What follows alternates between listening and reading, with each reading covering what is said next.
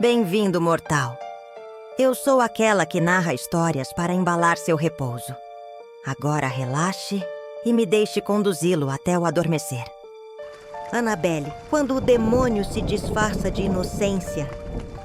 A história de Annabelle é muito mais densa e assustadora do que as pessoas costumam imaginar. Tudo começou em 1970. Quando Donna, uma jovem estudante de enfermagem, ganhou de sua mãe uma boneca de pano Raggedy Ann. O presente parecia inocente, até sentimental, mas a presença daquela boneca dentro do pequeno apartamento que ela dividia com sua colega Andy se tornou rapidamente uma maldição. No início, era apenas um objeto inofensivo colocado sobre a cama de Donna. Porém, com o passar dos dias, estranhas ocorrências começaram a acontecer.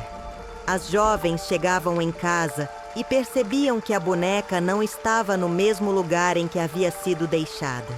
Ela aparecia sentada em uma cadeira da sala, ajoelhada sobre o sofá ou até mesmo em pé, encostada na parede, como se alguém a tivesse movido.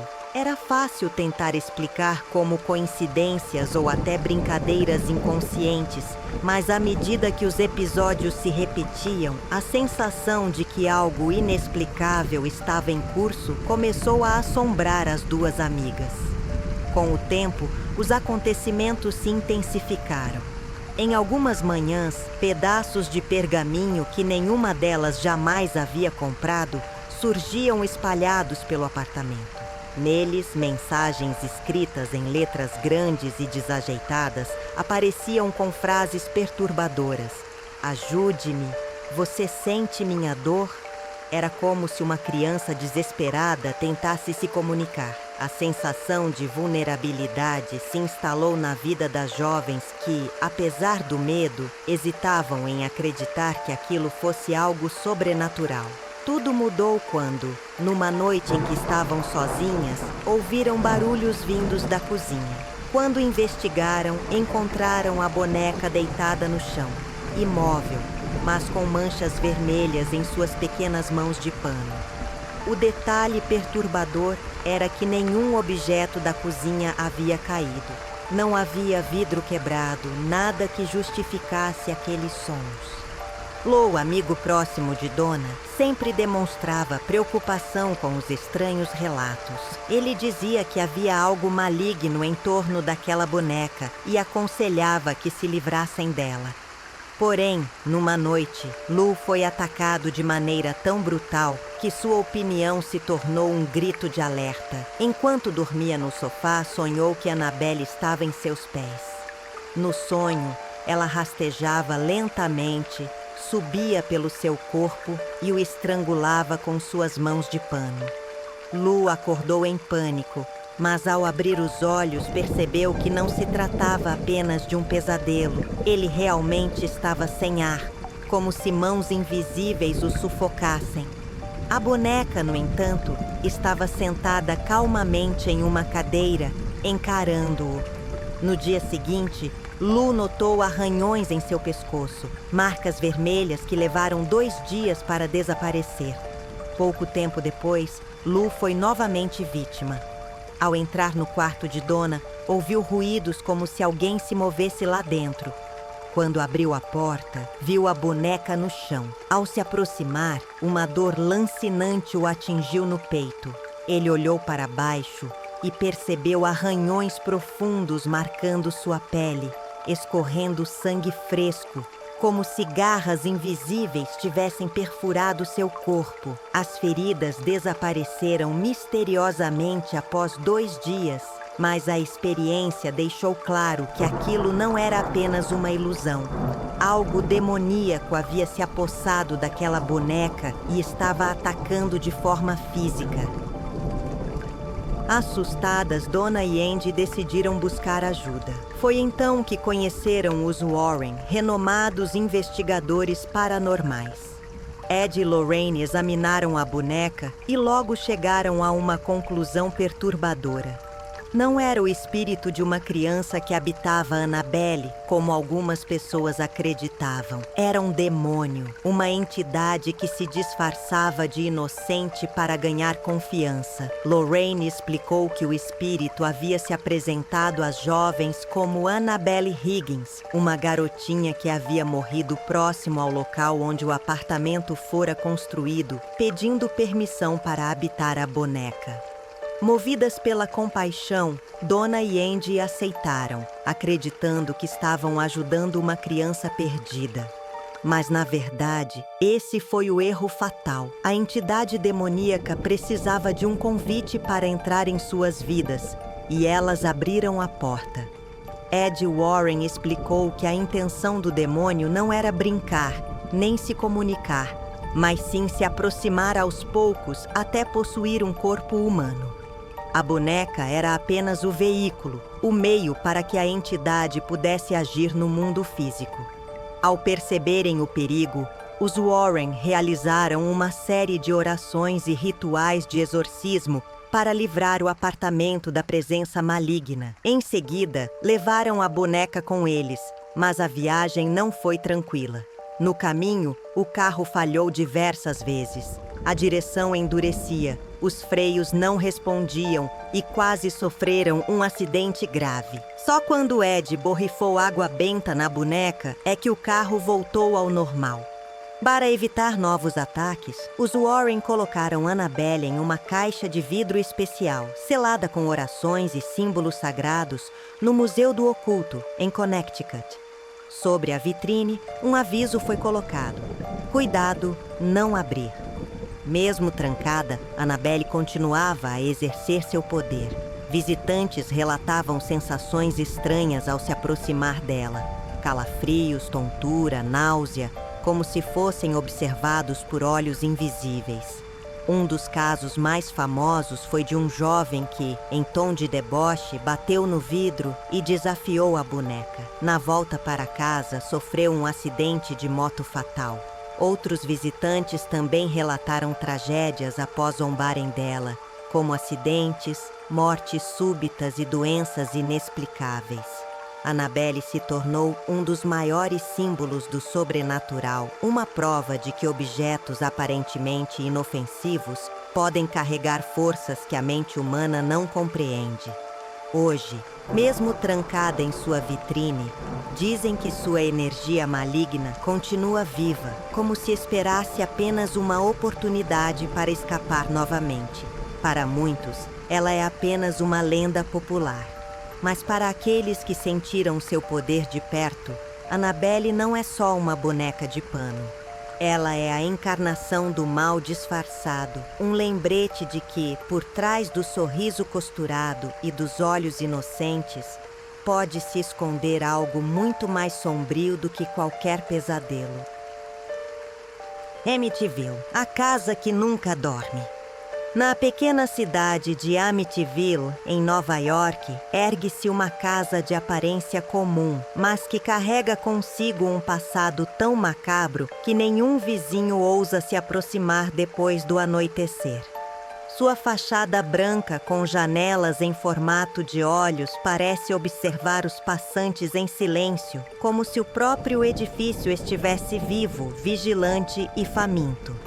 Em 1974, aquele lugar foi palco de um dos massacres mais brutais já registrados. O filho mais velho da família DeFeo assassinou os pais e os irmãos enquanto dormiam, alegando que vozes o obrigaram a cometer o crime. Desde então, a residência se tornou um marco do terror, uma ferida aberta no coração da cidade, e cada tentativa de transformá-la em um lar acabou em fracasso. Décadas depois, uma nova família decide mudar-se para lá, acreditando que lendas não passam de invenções e que paredes não podem guardar espíritos. Mas logo eles descobrem que certas cicatrizes nunca cicatrizam e que há casas que não aceitam novos moradores, apenas novas vítimas. Os primeiros dias parecem normais, ainda que pesados. A família sente o clima estranho, uma densidade no ar, como se cada cômodo estivesse impregnado de algo invisível. A mãe, sensível a detalhes, nota que o cheiro de mofo nunca desaparece, mesmo depois de uma faxina minuciosa.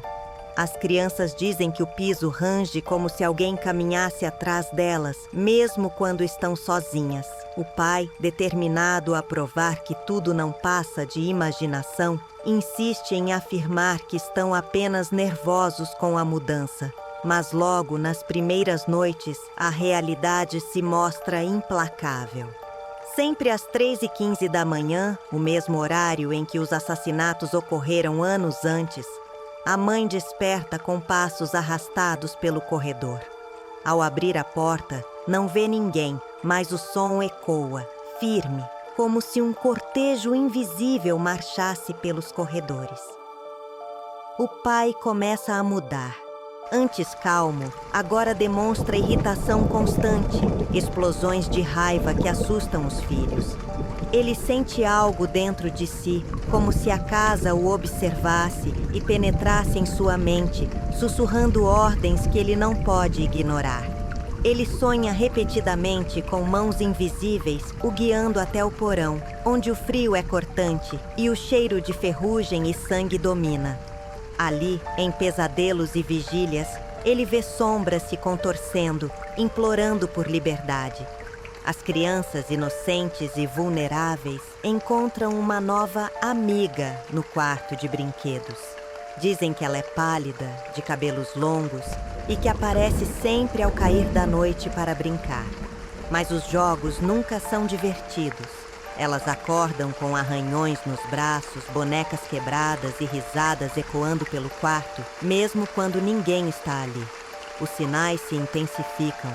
Crucifixos se viram de cabeça para baixo. Quadros caem das paredes sem explicação e portas se trancam sozinhas. A cada dia, a sensação de que a casa respira fica mais evidente. O pai começa a perder a sanidade. Fala sozinho, encara o nada por longos minutos e escreve frases sem sentido em pedaços de papel, sempre sobre sangue e sacrifícios. A mãe tenta resistir, mas os pesadelos a consomem. Ela sonha com o massacre de 1974. Vê a família assassinada em seus quartos, revive os gritos, o cheiro de pólvora e acorda sempre banhada em suor frio, com a certeza de que alguém a observava enquanto dormia. O ápice acontece em uma madrugada tempestuosa. Às 13h15, toda a casa desperta. As janelas se abrem violentamente, deixando o vento gelado invadir cada cômodo. As vozes que antes eram sussurros tornam-se ensurdecedoras, mesclando gritos de dor, rezas em línguas desconhecidas e gargalhadas demoníacas. As paredes tremem como se estivessem vivas e manchas escuras, semelhantes a sangue fresco, começam a escorrer do teto. O pai, tomado pela loucura, pega uma arma e começa a vagar pela casa, murmurando que precisa cumprir a vontade da casa. A mãe, desesperada, reúne os filhos e tenta fugir, mas a porta principal está trancada como se fosse parte da parede. É apenas quando um raio ilumina o céu e rompe parte da janela que conseguem escapar, correndo em meio à chuva, deixando tudo para trás. No dia seguinte, a casa permanece em silêncio, como se nada tivesse acontecido. Por dentro, porém, móveis estão virados, símbolos estranhos aparecem desenhados nas paredes e um odor pútrido toma conta dos corredores. A família nunca mais volta e, como tantas outras antes deles, apenas se junta à lista de testemunhas do horror de Amityville. Até hoje, ninguém conseguiu explicar os fenômenos que ocorrem ali. Investigadores, religiosos e curiosos tentaram, mas todos se afastam, carregando consigo o peso do que presenciaram. A origem do mal permanece um mistério. Seriam ecos de um crime brutal ou algo ainda mais antigo, uma maldição enraizada no terreno? O que se sabe é que a casa permanece de pé, paciente, à espera. pois o tempo para ela não significa nada. Mais cedo ou mais tarde, alguém sempre voltará a atravessar suas portas e a história se repetirá. E assim chegamos ao fim dessa história. Curta, compartilhe e inscreva-se para não perder o próximo capítulo sombrio. Durma bem, se conseguir.